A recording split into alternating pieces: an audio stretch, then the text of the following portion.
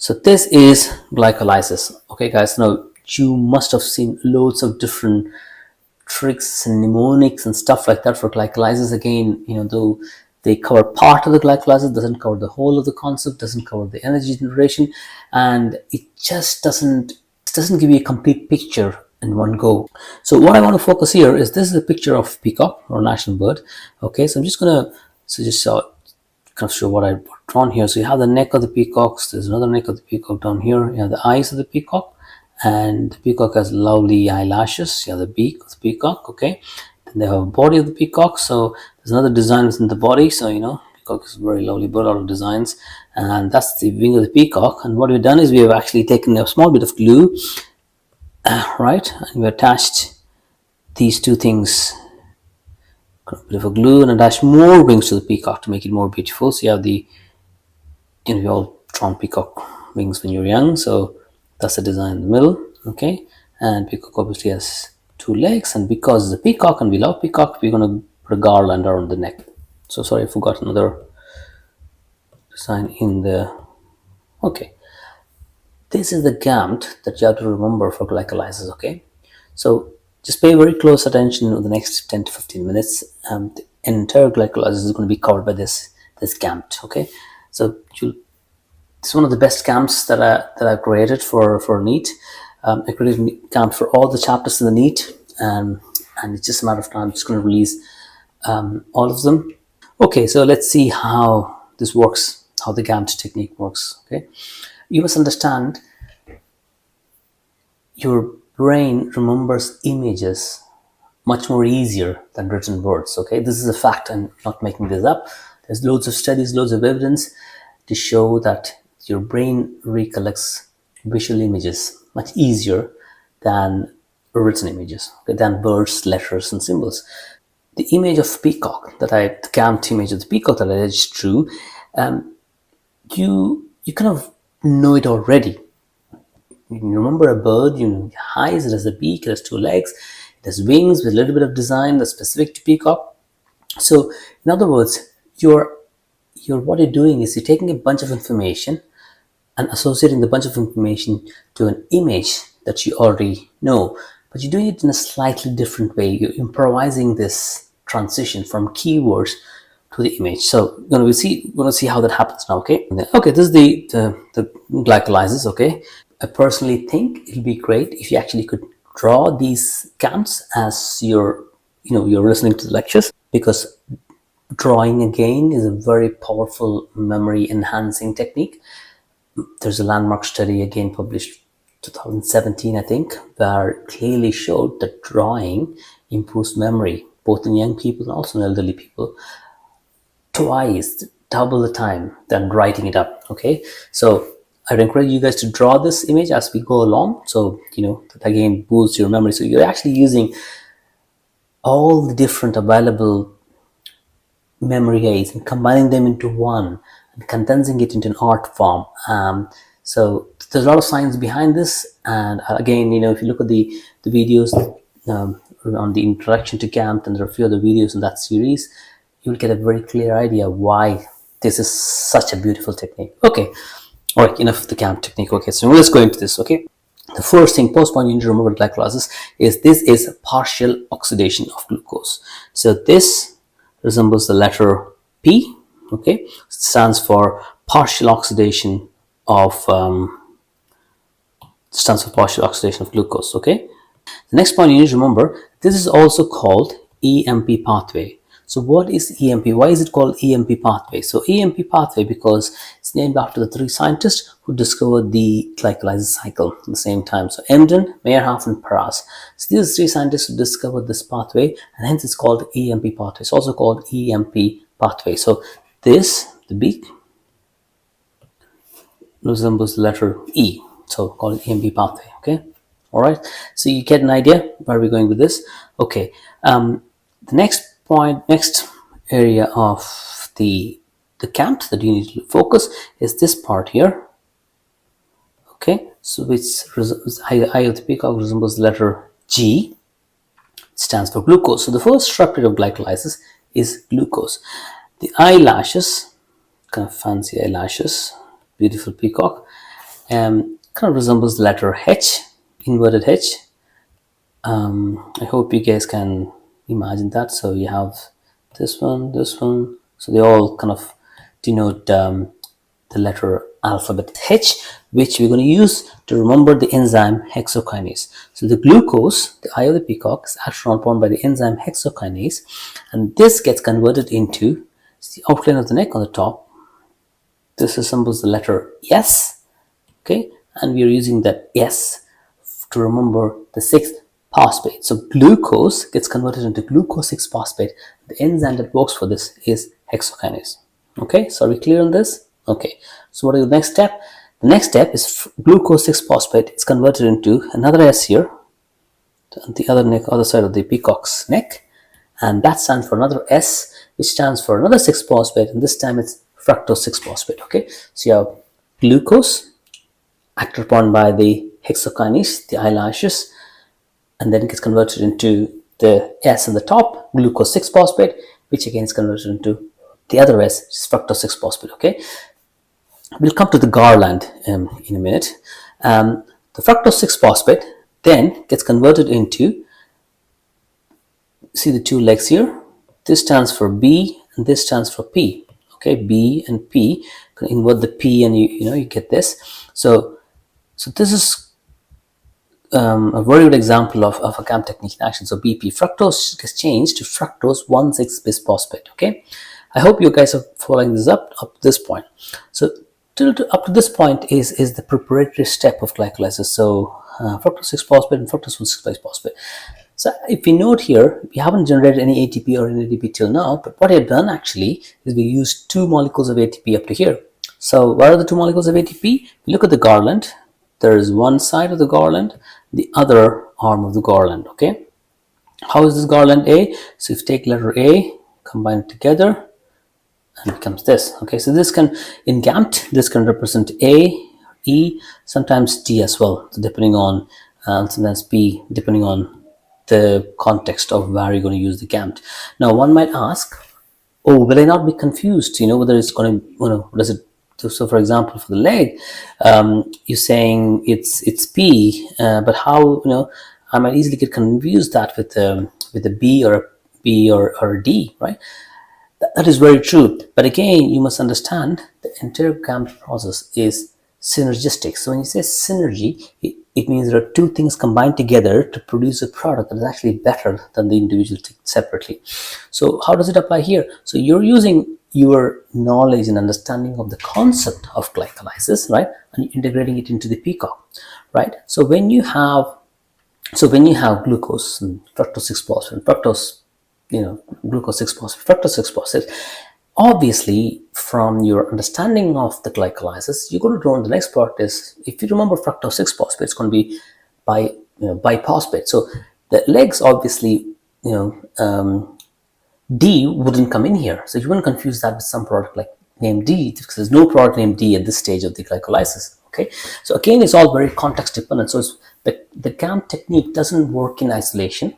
Okay, it's difficult to remember random letters and random numbers if you're using GAMT. To use GAMT very efficiently, it has to be used to retain information that you have very good understanding about. Okay, so it has to have some sort of a relation between each other. So it's very important that you understand this concept. So I think the fear of you're going to get confused with the alphabets, you don't have to worry about that. I've developed this GAMT technique over 20 years. I've tried so many iterations, and I know for sure you're not going to get confused with the letters. Just trust me, it's just not going to happen. Okay. All right. So where were we? So we were up to fructose 1,6-bisphosphate and looking at 8 garlands, right? So looking at the 2 A's. So 2 A's stands for 2 ATPs. There's 1 ATP here. Okay. So another ATP here. So the 2 ATP molecules that are being used so far. Where are the 2 ATP molecules used?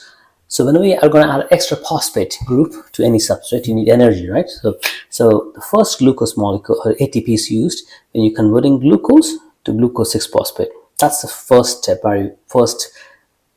where you're going to use ATP. Again, this is a very important step of glycolysis, because once the glucose enters the cell, so you want to trap the glucose within the cell. You don't want the glucose to escape out. So as soon as the glucose comes in, it gets converted into glucose 6-phosphate, which is can't really diffuse back through the cell membrane. So you're basically trapping all the glucose within the cell. This step is very important in the glycolysis, one of the rate limiting steps. Okay. And the second step where you're going to add ATP is when fructose 6-phosphate gets converted into fructose 1,6-bisphosphate. That's the next step where you're going to use another ATP molecule. Okay.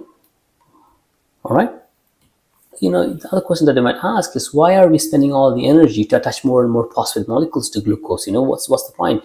The point being, the whole idea of this glycolysis is partial oxidation of glucose, right? So you're going to break down to glucose into 2-3 carbon molecules, and you're going to capture the energy released, small energy that's going to be released in a very high density substance like ATP or NAD, so that it can be used later for energy in the body. You just first have to make the glucose unstable. Right? By adding high energy phosphate molecules to the glucose and taking it from glucose to fructose 1,6-bisphosphate, that is very highly unstable. So you're adding a lot of energy into the molecule. The molecule becomes very unstable, then it just breaks, right? That's exactly what's happening here. So fructose 1,6-biphosphate has a lot of energy, so ultimately it just breaks into 2-3 carbon compounds, right?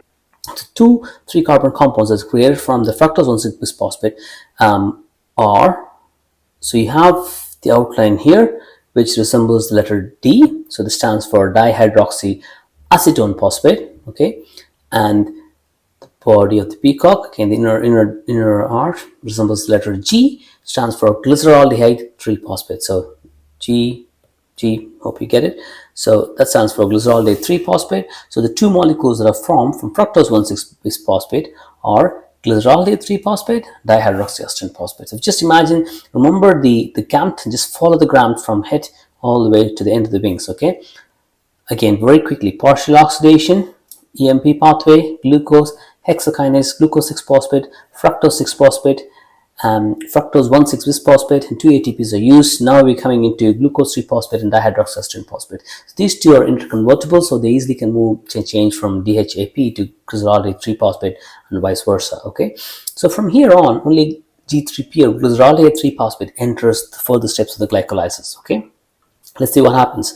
So the next step, so glyceraldehyde 3-phosphate is converted into, you see, a B and a P, so 1,3-biphosphoglycerate. So that's the next product from the glycolysis. Glyceraldehyde 3-phosphate is converted to 1,3-biphosphoglycerate. And again, if you see, there's an outline here of the wing, which resembles the letter N, which means a molecule of NADH is also produced here. Okay, so you get 1,3-biphosphoglycerate, and a molecule of NAD is produced. Okay, so again, if you remember, from each molecule of glucose, one molecule of glucose produces 2 molecules of glyceraldehyde 3-phosphate, which means you're going to produce 1 and 2 molecules of 1,3-bisphosphoglycerate. Okay, which again means that you're going to produce 1 and 2 NADPH. Okay, so all you have to do at the end of the day is just count the number of NADH from the GAMT. How many NADH in glycolysis from one glucose molecule? 2 NADH straight away. Okay, it's very, very simple.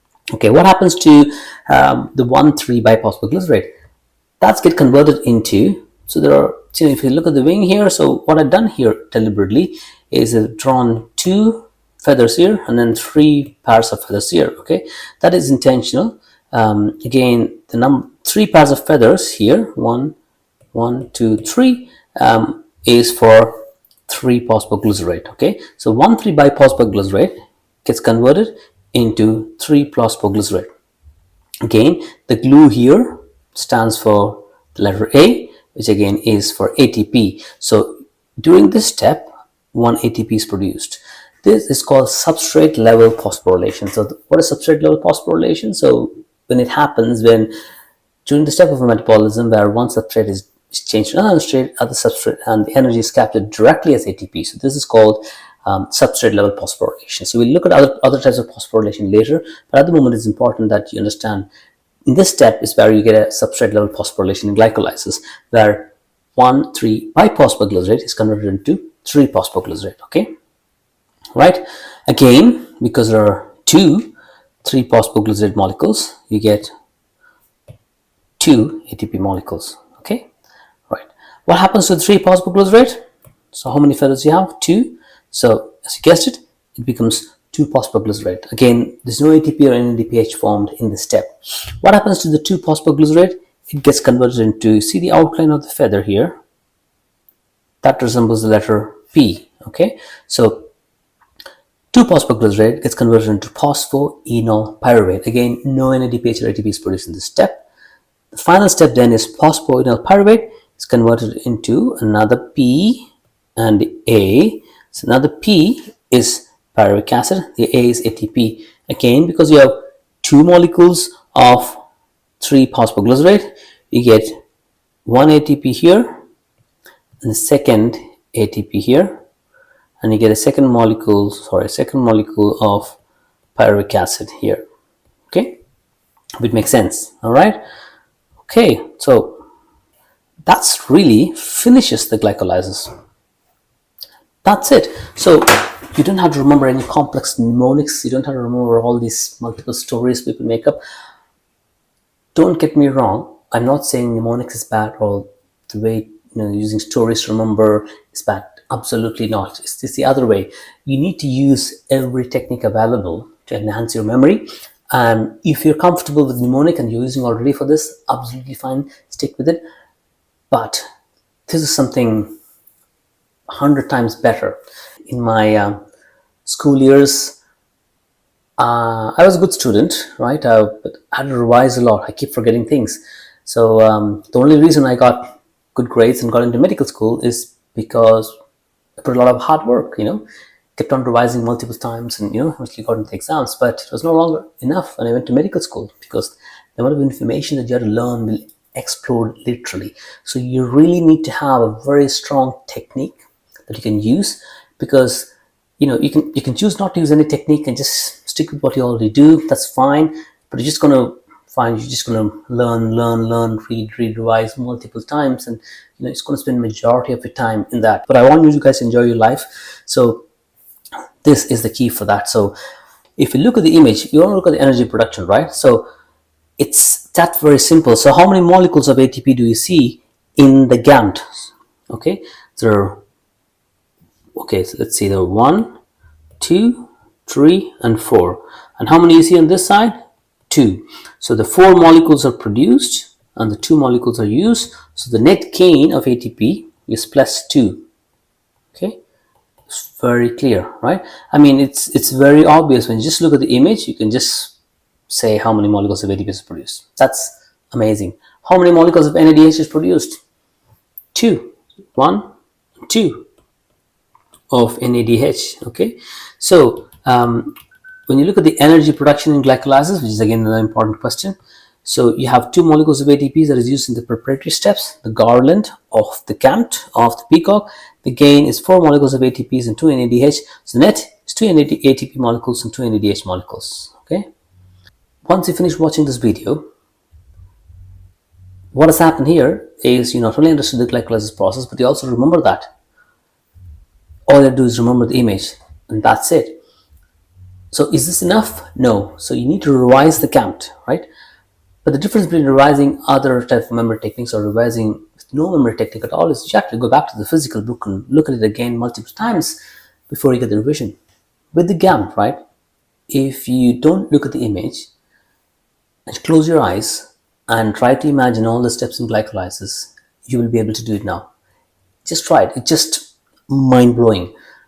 And while doing that, just keep an eye on how much time it takes. Okay, let's do it together very quickly. Okay, so partial oxidation of glucose, AMP pathway, glucose acted upon by hexokinase, glucose 6-phosphate, fructose 6-phosphate, fructose 1,6-phosphate, 2 ATP molecules are used, dihydroxyacetone phosphate, bisaldehyde 3-phosphate, go to the 1,3-bisphosphoglycerate, 2 NADH molecules are produced, 1 for each step.